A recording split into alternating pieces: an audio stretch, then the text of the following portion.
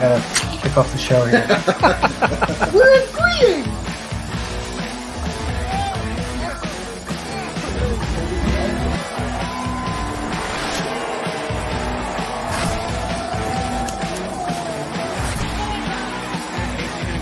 So cleaned up.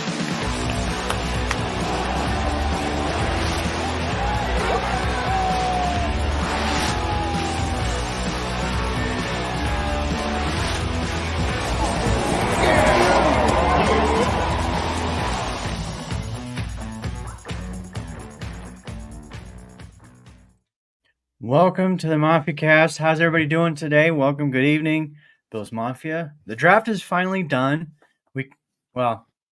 We have to keep talking about it, but we're getting a little bit closer. A little closer, right? A little bit closer. One big step closer to oh sorry, I'm hitting buttons to seeing what this team is really going to be this season. Casey? Thank God. Like now we can all just stop sounding like bumbling idiots about what the Bills are going to do or might do. And we know what they did. Yeah. Every single person was wrong. We can all admit it. I think between the three of us, there was one, I think out of the mock drafts that we did, 1 through 4, I think we got, all between the four of them, we got a total of 2 players right. Which ain't bad. Like you said, now we can finally see what it's going to actually be. Well, no, we got Solomon, the edge rusher, in one of the drafts, and we also took Van Granger in one of them too. So yeah, not bad. I can idiots. I can say that I did have Dwayne Carter on a mock draft, but and I had the Bills selecting Frank Gore Jr. as well. They didn't draft him, but they did sign him to UDFA deal. But it's kind of easy, I guess, to get 1 or 2 right when you do 33 mock drafts. Yeah. That's it. That's all you did. I think I did 33 a week. No. Well, things it's constantly changing too. The players' stocks are going up and down in that whole you get time different period. Information. Yeah. Yeah. The one thing that I noticed that was kind of interesting, and I've seen this in the past happen before too. When the draft season first kind of started rolling along, Keon Coleman was a popular pick to the Bills. And I'm not going to say that I picked him for the Bills in one of those early mock drafts, but I might have. I don't remember. But then that just kind of disappeared. And then all of a sudden it became about Xavier Leggett. And then it was about McConkey. And then, it's one after the other after the other. It's like with the flavor of the week kind of thing. And then it all came back around to Coleman. And I've seen that in the past where it's almost like that first one, that's the one. There's a reason why he came up first, right? I'm gonna keep an eye on that next year and see what happens. Yeah. And you know what it did? I kind of went against the grain. I heard his name a couple times and I'm like, let's look into someone different. Because I didn't want to follow the crowd and Well, and we were all wrong. We know how that worked out. Cool. Yeah, trying to be cool. Trying to be cool. I mean, not this 2023 season, but the end of 2022, after his first year at FSU, Coleman was touted as one of the best, if not potentially the best receiver in this draft. And then obviously Marvin Harrison Jr. happened, and I mean that just blew the doors off that. Odunze and Neighbors absolutely lit it up this year. Worthy, Adonai Mitchell, Leggett, they all these guys come out of the woodworks when they're finally draft eligible, and people can really dive deep and into it. But I mean, before Keon Coleman was talked about, as one of the nation's top receivers coming out. He was. It just he wasn't the metric guy that the Bills Mafia wanted, and we all just kind of threw him to the wayside. But even that, if you look at the numbers, he was actually pretty good in a lot of areas, but he ran that 4.6 140, and because fans and analysts are enamored with the 40 time, that killed him. Well, in our eyes, it did. I think that the guys who actually know what they're doing, i.e., Brandon Bean. That wasn't okay. Yeah, it wasn't a deal breaker for them. And we talked about this a little bit last week, but his 10-yard split was one of the best among the combine people. So from 0 to 10 yards, he covered that span quicker than most others. He wasn't the fastest one, but he was in that 1.5, low 1.5 range. And to me, that's more indicative of what he's going to be doing on the field than a straight 40-yard dash. I mean, yeah. And we've said it how many times? You never. The only time you run in 40 dead straight is when you break a play. That's the only time that matters. He was asked about it in his press conference, and he was like, "I don't think I've ever been caught from behind." So, what's that got to tell you? Which, yeah, it's true. He runs guys over, so that's why they can't catch from behind, because they're still on the ground. Yeah. Yeah, for me, I'm excited to see what he does on the field. Do you think in year one, do you think he is quote unquote wide receiver one? Which I I hate that term, but just for shits and giggles, can he be the wide receiver one this season? I don't want to say he can't, but I'd like to see a season of him in the NFL before you can really say that. But he's definitely a skilled receiver. I mean, he could be a threat out there. He has some size and some really good abilities. So could he? I mean, we talk about what is the wide receiver one? Is it where you line up on the field? Well, and that's the thing that we've talked about many times is what is a wide receiver one? To me, it doesn't have to be the boundary receiver. It doesn't have to be anyone. I mean, you've got Coleman, you've got Shakir, you've got Kincaid, Knox, Samuels. Like any one of these guys could be the guy in this offense. I'm kind of starting to lean a little bit into the idea that this is going to be more of a spread it around type of offense, and it's not going to be able to just key in on one guy. Yeah, I'm still going to stick to our bet that Khalil Shakir gets 100 receptions. I'm still sticking with that, but I can see a world where all of these guys are in the 50, 60, 70 range, or not all of them, but you know what I mean. I can't wait for him to get 97 catches next year. and then either not play week 18 or like only the first half, like 890 yards or something. Oh my God, I'm gonna be just giddy like a little girl. You'll just be happy not to be the one with the pie in the face. That will be half of it. That will be half of it. That would be the first bet of any kind that we've had on this show where Casey was not on the losing end of it, if that happens. So I'm feeling pretty confident. Black again. His hair's still purple. But no, with Coleman, I think he could be that guy. Obviously, he's one of the top picks in the draft for a reason. He was one of the top wide receivers in the country for a reason. Mm-hmm. I'm not going to sit here and guarantee anything because I don't know. And when people speak definitively, it drives me nuts because, again, we have no clue. Yeah. Marvin Harrison Jr. might go out there day one and suck. We don't know. Right. There's 5th-round picks that end up shining in the league. So Shakir. Time will tell. Yeah. Yeah. So what do you think? Casey, you didn't really get a chance to kind of put your thoughts on that as far as Coleman as the number one in this. Where do you guys see him, though, kind of falling into place as far as the pecking order? I think the two guys that are going to lead, in targets is going to be Shakir and then Kincaid. And then probably, to be honest, Curtis Samuel and then Keon Coleman. But Coleman, just because he's going to have less targets, doesn't mean he's going to have necessarily that many less catches.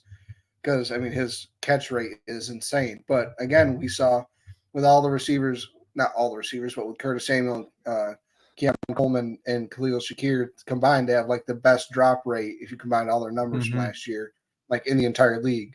So, clearly, Brandon Bean was fed up with that. I really think that they're gonna really try to focus on Kincaid. Here's going to be, they're going to be the two guys that Josh trusts most. You saw down the stretch last year; those were the two guys that he really, in a tight spot, he went to those guys. And Kincaid was a rookie, but he had earned Josh's trust. Shakir, I mean, you definitely know he earned Josh's trust the way that he was, fourth and 10, he was gunning for him 25 yards downfield, and sure as shit, Khalil Shakir was bringing that ball down. Samuel, I think he's gonna have a lot of touches like drawn up directly for him, and I think that's why he's probably gonna come up there in receptions or target anyway. But then Coleman, he's gonna be the guy 40 yards and in, I believe, and I think that's because that's where Josh is gonna throw the 50-50 ball. I think he's always kind of wanted to. You see how aggressive he is downfield. Like he wants to push the ball, and he wants somebody that's going to be able to go up and get it.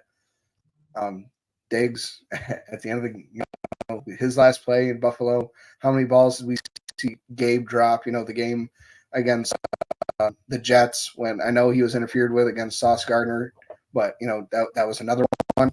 So yeah, I think it's going to be more spread out. Yeah, I kind of think that's probably where we're headed.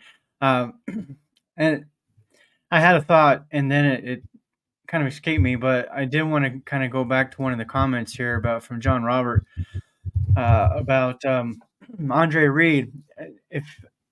If you're on social media, if you're on Twitter, you may have already seen it, but Andre Reed put out there that Coleman has already texted Reed and is like, hey, what can you teach me? What can you help me with? Yeah. The exact conversation, who knows? And I put it out there that I thought I like when I see these guys, young players, do that kind of thing. Like, they know I'm new to this. Let me reach out to the guys that have done it at the highest level and talk with them. The first couple of off seasons, first 2 or 3 off seasons, Josh Allen went over to California and spent some time learning from Palmer. We've seen it from Khalil Shakir the last 2 off seasons, this one included. He's spending time with Eric Moulds and learning that craft. But the flip side of that part that doesn't really get talked about, though, a whole heck of a lot, is that these guys who have done this are willing to give their time. And I think that's pretty cool, too, that they're willing to do that, because it could be just like, hey, I did my thing, you figure it out. But they don't. And so I think that's kind of cool. Right. And they end up staying here. Shows how much. Right. I mean, Jim Kelly was drafted by us, refused to come play for us, and now he's moved here and never left. Yeah. So it just shows you the impact that the team can have on the players, not just the impact that these players can have on the team. Like that, these guys, even when they're gone, their playing days have been over, they still want to try to help the team succeed and get to and do what they couldn't do, and that was win a Super Bowl. Yeah. Could you imagine? Oh my gosh. I don't live in Buffalo. Everybody knows that. But when that day comes and we get a Super Bowl, I am going to have to find a way to get out there and be part of that party, because that would just be I'll pitch in for the plane ticket. I mean, the players are going to be there, former players. Slumber party at Mike's house. Yeah.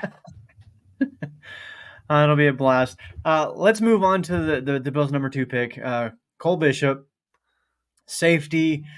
This is one of them that we have mocked to the Bills more than a couple of times. Not as early as where he went, though. Most of the time we were able to get him like the 3rd, 4th round, which is kind of one of those other things that I noticed from this draft was there was a lot of people that we as fans doing these mocks thought, and even Pro Football Focus had rated much lower and going later in their drafts as well. But there was a lot of them that wasn't. Coleman was one of them, for example. He was a later 2nd round guy in a lot of cases. Bishop. I mean, I could go down. There's obviously a whole bunch more. But what do you guys think, Mike? We'll start with you. As far as Cole Bishop, do you think he could be a day 1 starter, or is he going to be kind of sitting back, maybe a little part of the rotation, but more learning than anything?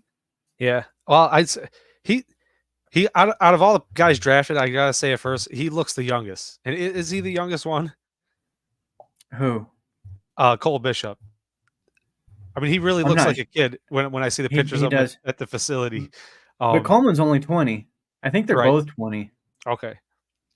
But yeah, I mean, I don't know. There's still talk of Micah Hyde hanging around and things like that. So, I can't really say that they plug him right in and give him the spot right away. He'll definitely need to learn a little bit. What do you think, Casey? And he must be stuck. All right. I think Casey froze. Yeah. So, let me first kind of address what you were saying as far as with Micah Hyde. I think it's hard because we all have an attachment to Micah Hyde. He's one of our favorites. He's been with this team for 7 seasons now. We all love Hyde. If he decides to return, I don't know that physically he's not the same guy anymore. So even Right. if he does come back, and I had this debate on social media too, they're like, "Well, he's earned the right to start." Well, no, I don't. No, he's been the starter. Yes, if he gets outplayed in the preseason, then somebody else, whoever that is Well, going to be yeah. the starter. If someone's Whether playing it's Mike hot, you got to Edwards go or with it. Yeah. yeah. So I don't think that his presence would change or affect anything as far as who starts. I do see Cole Bishop playing into a starting role though. I Yeah. can see that happening. I don't want to rule it out at all, but I do see him, more of like a, pick for the future. You know what I mean? Yeah, I mean that's for sure. Maybe because he did some special teams as well, so he can Yeah. do that. But I don't know. I'm excited to see what he does on this team, whether Yeah. it's this coming season, beyond, whatever. I do think he could be the starting safety for this team for a while, and going down the road. What about the defensive tackle, Dwayne Carter? What do you think about him? Yeah. Was he the He's third the third pick, the yeah. third pick? I mean, it's someone you mocked. I mean, you were looking at him, early on in the season. I think we were just talking about it. Yeah. I mean, nothing wrong with that. It was definitely a huge need, D tackle. Definitely could see him coming into this rotation. And who's to say he can't be the guy? Yeah, I wrote an article they went published yesterday about 3 guys that I see as kind of sleepers on this draft class. Bishop was one, and then I also had Carter as another. The only problem, not really a problem, I guess, but the only difficult part of this for Carter though is he is kind of portrayed or seen as the one technique guy behind Ed Oliver. So he's going to be part of that rotation. So Oliver's not going anywhere. So I think for Carter to get any significant playing time in year one might be difficult. Yeah. I do think he'll be part of the rotation though. But I mean, I don't know. Maybe if he goes out there and just completely is dominating, maybe they play Oliver and him together. Yeah. I mean, who knows? We've seen him rotate him in and out, time and time again. And man, he's the third pick in the draft, and we need some young talent on this team now. So yeah, I mean, for sure, get him in there, get him up to speed best you can, and yeah, Casey's back. Welcome back, Casey. I'll be back, boys. Hold on. All right. So while he's working on that, yeah, I don't know. I think long term, he could be a good option. I love that he brings that high motor, high energy to the field. That's one of the things that I love about some of these guys that they brought in, and so it'll be fun to watch and see how he pans out. Let's go into the 4th pick, Ray Davis. Yes. Were you surprised that they went running back 4th round? I wasn't. I was kind of surprised. I was most surprised because Shipley just got picked the pick before. And I think that's one of the running backs that were most talked about, right? There. So not really. Yeah, I really was surprised. He wasn't really on my radar at all. And we saw me neither. Will Shipley got picked. I didn't think we were looking for a running back, or else we would have moved up or something and got one. Or I don't know. You know what I mean? That was a shock to me. It was a little surprising. Casey, what do you think? I've been telling you guys, we have James Cook, pass catcher, great runner. Ty Johnson really stepped up last year. He proved he can catch the ball. He can run between the tackles. He's a tough runner. I was looking for a different kind of running back, someone like a Braylon Allen. But we got Frank Gore, as a UDFA. So he's kind of a little bit more to the style that I was looking for. But I mean, not many running backs can say that they ran for 1,000 yards at 3 different SEC schools. Yeah. Not many running backs can say they also led the SEC in receiving touchdowns last year, as a running back. So I mean, you can never have too much of a good thing, I guess. So I'll take it. I'm happy with it. Yeah, and I want to just add to the, whether the pick was a shock or not. It was kind of with Shipley off the board. I think Gore was like the next running back I was kind of looking for, forward to coming up in the draft. So yeah, I kind of, forgot right about him, and then there he was. What's funny is I had him on one of my Madden teams, Ray Davis. So yeah, it's cool, and his story is really inspirational too. And like Casey said, 1,000 yards, 3 different schools. That's something to be said right there. And again, to do it in the SEC, the highest of talent in college football, basically. Yeah. Yeah, I had no idea who he was when the pick was first announced. He does kind of. I think he's. Man, I can't remember the measurements now, but he's a shorter guy. But yeah, when I saw the pick, and then they started talking about it during the broadcast, his story, I thought that was super cool. So I did put out an article about that and his past and his kind of coming up through life as a kid and stuff. You root for those kind of guys. So it'll be interesting to see. You brought up Frank Gore Jr., so let's talk about that for a second.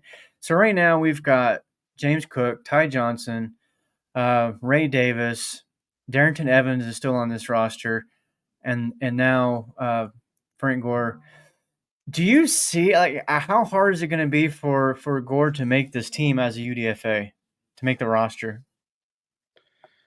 I could see him being the constant, the healthy scratch. I mean, we've seen these guys, the Bills, keep 4, 5 running backs, active, between Reggie Gilliam and then the Tywan Jones days. There's another running back, that just because they had to put him at some sort of position on the depth chart, and then we would have 3 running backs, active game day running backs like that. I wouldn't be shocked. I kind of would expect him to beat out Darrington Evans. I think Frank Gore would probably get a shot on another team if we just delegate him to the practice squad. I think he's got a real shot to beat out Evans, but it also depends on how much he's willing to play special teams, and that's not something I've looked into, is if he's done much of that, either returning or blocking or gunning. Yeah, I'm not sure. I did. That's a good point. Yeah, I did watch the Shrine Bowl that Gore participated in, and he only had 6 carries in that game because it's a whole bunch of different guys on the roster, so everybody's trying to get some play time in there. But he also had 87 yards on those 6 carries and a touchdown. But yeah, he was fantastic. So, and from the moment I watched that game, and watched how he's just a hard runner. He's quick, no hesitation. He hits the hole. And similar to his dad, he's a little bit smaller than his dad physically, but he has that same kind of style. Like, I'm not going down. You're going to have to, rip my legs off before I'm going to go down to the ground. And it was fun to watch. So from that moment on is when I started to kind of mock him to the Bills.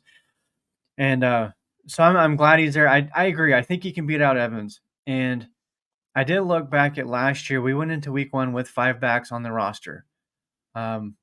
I don't know if Gilliam is – I mean, he's technically considered a running back, so he would factor into this as well. Right. So who are – it was James Cook, Gilliam, Damian Harris, and Latavius Murray. Technically Hines too, but – well, he was on the NFI list. Where was Ty Johnson? Nowhere around yet. Right. He was on the roster, but he was on IR, right. I believe, to start the season. I thought he was on the practice squad. Oh, okay. Yeah, because he came over, I want to say from the Jets. He was initially had some injury issues or whatever, and then it was a practice squad, and then it wasn't until Brady took over that Johnson stepped in. And I remember that very first game, in fact, when he scored the touchdown, and I remember thinking, 26. Who is this guy? My first thought went immediately to Devin Singletary because that was the only 26 I could, quickly recollect. But, so it's going to be interesting. What does the running back pecking order look like to you? Like, if you're just right now, you're like, okay, who's my top 3? Who do you see being that top 3? Oh, I got to look up the depth chart right now. It's James Cook. Oh, it's James Cook all the way, yeah. It's James Cook. It's going to be Ray Davis, and it's going to be Ty Johnson. And that's who I want it. Like who I want it to be. I'd like Ty Johnson a lot. I think he's perfect to be a number 2 back for us. I think like the carry split would be something like 60 to 70% James Cook. And then the other 2-3 guys would split that other 30%. Yeah, it'll be fun to watch. For sure. All right, Casey, I'm gonna let you start off with this next one. This is one that you did call for in our last mock draft. So have at it. Go ahead and toot your horn, my friend. I just one sack in your career, like. That hands down does gets you deserved to be drafted. And he fell like much further than a lot of us were expecting. He fell into 5th round. And mocks, I understand it's mocks, but he was going 3rd, 4th round. So I know his measurable, his arm length isn't the 5th percentile. I understand that's not great. But that, there's guys like Creed Humphrey, they said the same thing. He was a little, he was just a little bit too small. Now he's the best center in the league. So I really, really like this pick. I think it's somebody that if he doesn't start this year, he'll be starting the following, and I'll be absolutely thrilled for it. He's just like a little Mitch Morris. That's just kind of what I see when he plays. He's just a little Mitch Morris. And I don't know if you guys saw, I had never seen it till today. He pulled out his inner Josh Allen, and there was a botched fumble that he picked up and took for a first down. So it was quite impressive, and that's exactly what I'm looking for out of my center is somebody that's willing to do that, and has the mind presence to be like, oh damn, I dropped the football, we got to go. Yeah, it does sound like from some comments I've seen earlier today and yesterday that the Bills are looking at basically cross-training him. He hasn't played a lot of guard, but they believe that he can play that position. So, and we all know how the Bills are as far as their offensive linemen. They want them all to be able to play all 5 positions, and that's how they've always developed them. Sometimes, in my opinion, to the detriment of the player, but I understand the versatility and the flexibility that it offers, especially if you have an injury somewhere, then one of those guys can step in. Yeah. But yeah, I'm excited for this. I've actually seen some people saying that he's going to beat out the center McGovern, and kick McGovern back over to guard, and Van Pran could be our starting center this year. I would be so happy. Like to be honest, like that's my hope for this year is that Van Pran like proves himself and not necessarily beats out McGovern. I think it's just going to be who's better between he and David Edwards, who would be starting McGovern's spot at left guard. So I think it's going to be, are they better with McGovern at left guard and Van Pran at center, or McGovern at center and David Edwards at guard? I really think that's how they're going to try to test it and go for it. Mm-hmm, for sure. Yeah, it'll be fun to watch. I can't wait for mini camp, training camp, preseason, all that stuff. We're so far away, it feels like still, but we've got the league announcing the schedule here soon. That should be in the next probably 2 to 3 weeks. That's usually around mid-May when that comes out. So we'll be breaking that down for sure and talking about who's going where. Before we go on to the next guys on this draft, this draft class, let's hear from John at Game On Sports.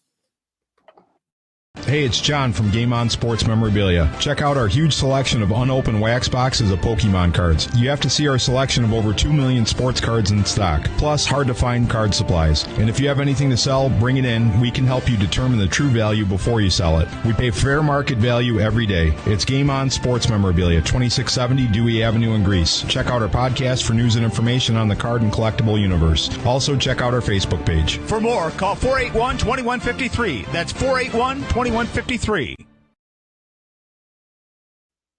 right. I'm not even going to try to pronounce this next name. I'm going to leave that to you guys to make a fool of yourself before I do. So go ahead. Who wants to take the first shot at it? If someone wants to do the first name, I'll do the second name. Casey's thinking about it. I was practicing it when he got drafted because they put out the dummy version. Yeah. As to how to pronounce it, it was like Yolo. We'll try it. It was like Yolo Fushio. Ulo Fushio? Ulo Fushio, yeah. Ulo Fushio. How do you say his first name? Yo. It wasn't you. It was Yo. Yolo Fushio. Okay. And how about the first name? Edifon? Anyways. Edifon. Happy to have you. Yeah, welcome to the team. Sorry if we butcher your name a few thousand times before we get it. But linebacker out of Washington. I had been saying that we needed another linebacker, so I didn't know who this guy was. So it's another one of those like, okay. And again, I didn't necessarily expect it this early, and that's kind of the theme, I think, for a lot of these picks. I'm fine with the draft. I think we got a good haul. I think there's some guys in there that could be day one starters. I think there's some guys that could become starters 2 years down the road or whatever. But there's one, I don't want to call it a glaring issue because to me, I'm fine with it, but everybody keeps bringing it up, and that's the wide receiver thing. We never double dipped, never got a second one. Do you think that maybe this would have been the spot to do that? I mean, we were all texting during the draft, and I mean, we should have kept a tally as to how many times I said, all right, now go get Brendan Rice. All right, now go get Brendan Rice. Yeah. Even with the last, for a few picks. Clearly, the Bills saw something, and they weren't comfortable with it. Was he still there at the last pick? No. No, I don't believe so. He was there in our next to last one, though. Yeah. But... Yes, he was. Yeah. I think double dipping would it sounds good to the fans, but again, I mean, with the wide receivers we have, they brought guys in for a reason. I mean, I know beating a dead horse, the whole Justin Shorter thing. We truly have no idea what kind of a football player he is. We have no idea. He could be the fifth rounder that we got, like with Gabe Davis. He could be just another fifth rounder that just never really pans out. We have no idea, and I think that they're willing to give him a shot.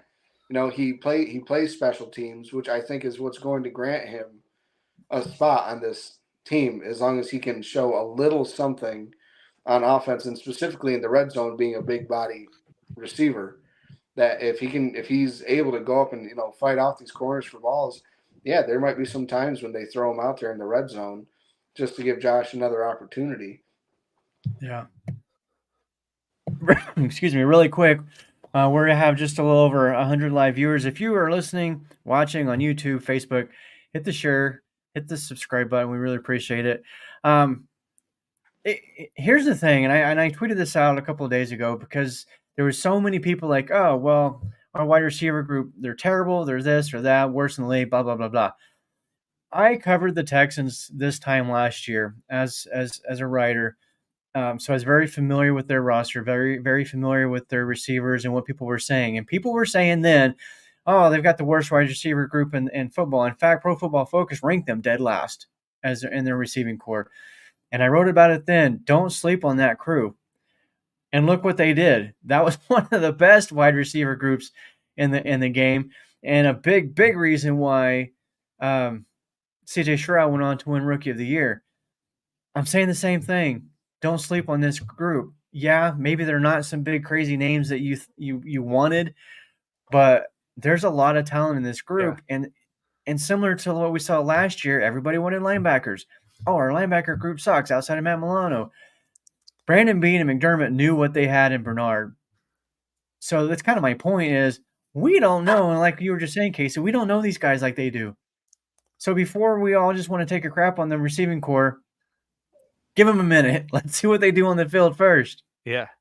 Did I see that we also signed another receiver Watkins after the draft?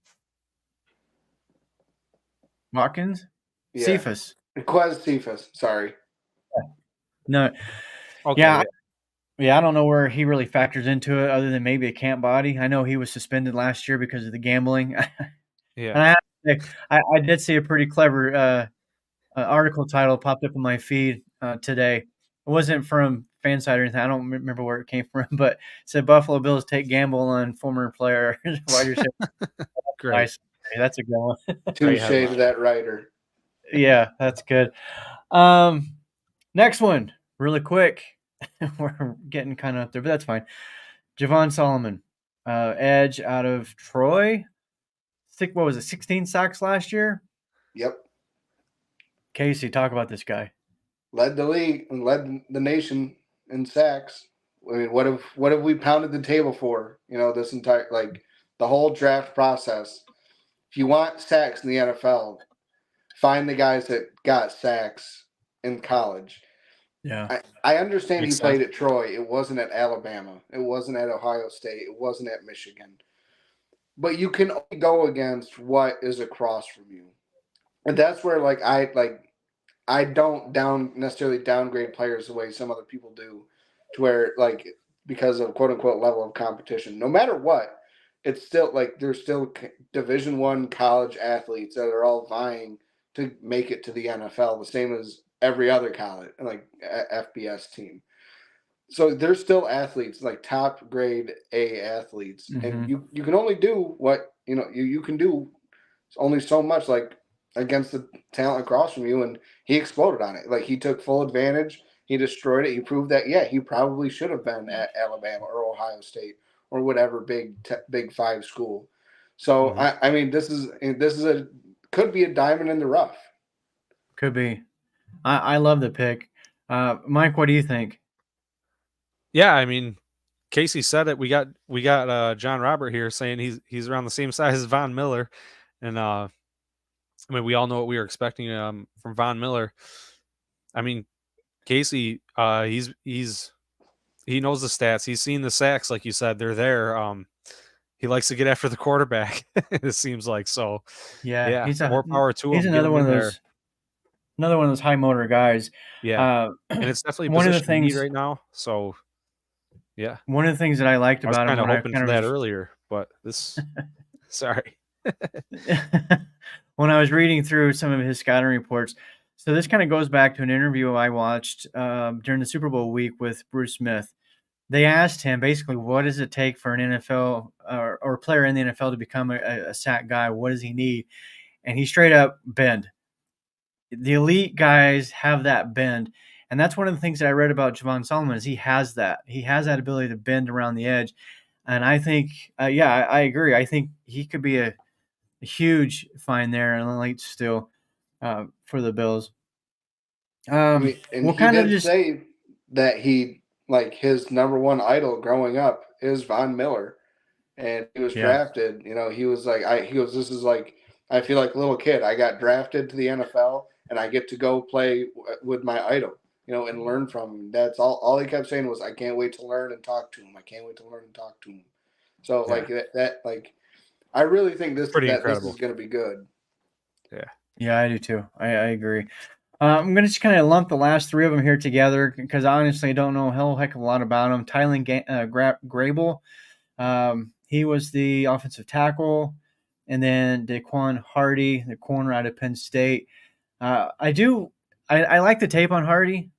He seems like a tough, kind of like physical guy, even though he's smaller in stature. I thought that one was a pretty good pick. I don't know a whole lot about Grable. I did kind of feel like that the Bills might go with offensive tackle at some point, but definitely a project. I think both those guys are definitely project guys. Agreed. I mean, Hardy has the return ability. He has 2 career punt return touchdowns. He plays nickel.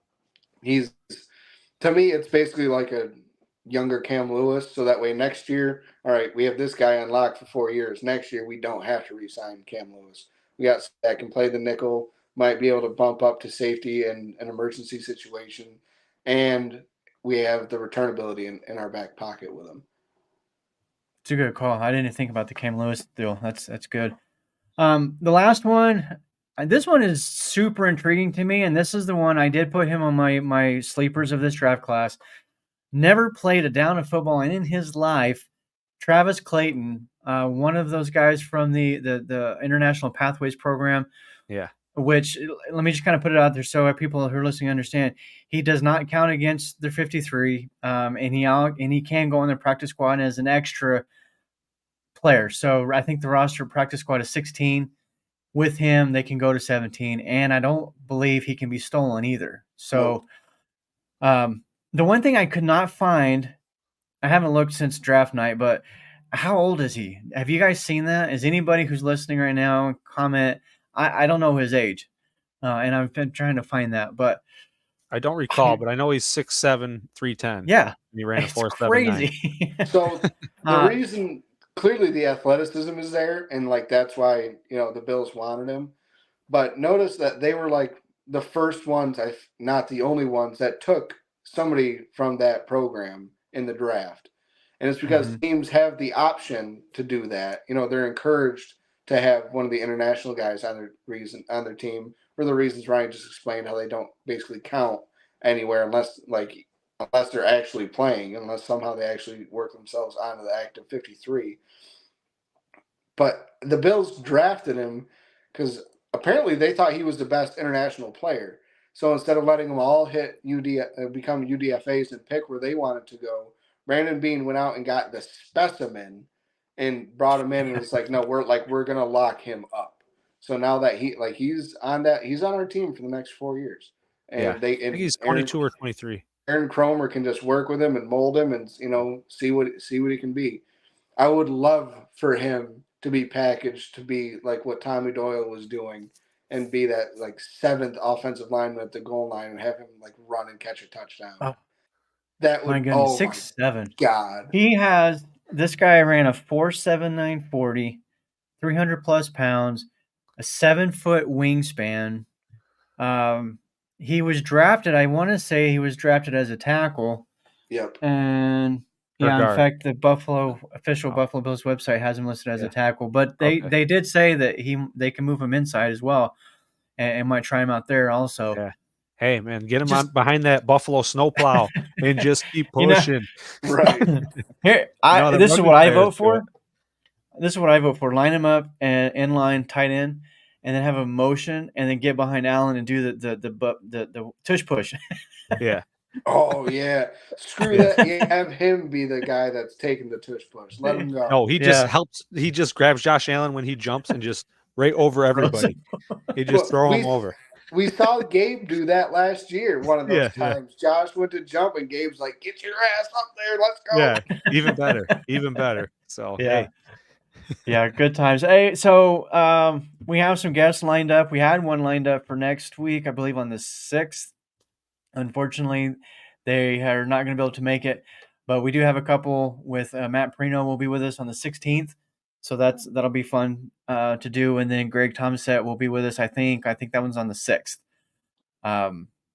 So yeah, be looking forward to that. But we will be back here Thursday night on the 2nd, and hopefully we'll have at least a date for the schedule release because I'm looking forward to that because I know the Bills are playing Seattle on the road, and I'm pretty close to Seattle, so I might be taking the nice. family up for a road trip and seeing that game. So we gotta find a date first. So let's go NFL and give us some dates. Hurry up. Well, Right. if it's between going to Seattle and you coming back out to Buffalo for a game, I speak on my behalf, Mike's behalf, and all 111 viewers' behalves.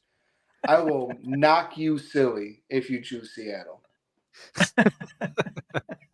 I know we'd love to see you again, Ron. We got to get you back out there. I know, and I would love to come back up there, and maybe we'll do both of them. I don't know, And especially if there's a big party celebration going on. I said I'm throwing down on the plane ticket. So yeah, if Buffalo wins the Super Bowl, I'm gonna have to find a way. Yeah.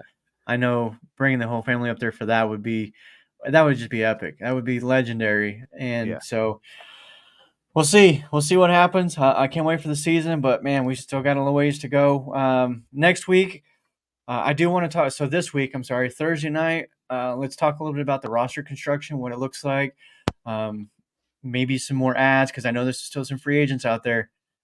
So we'll talk about that as well and see maybe who the Bills can go out there and grab. But we're going to get on out of here, and we'll see everybody Thursday night. Again, like, subscribe. Appreciate you. Love you. And we're out of here. Go Bills. Go Bills. Go Bills.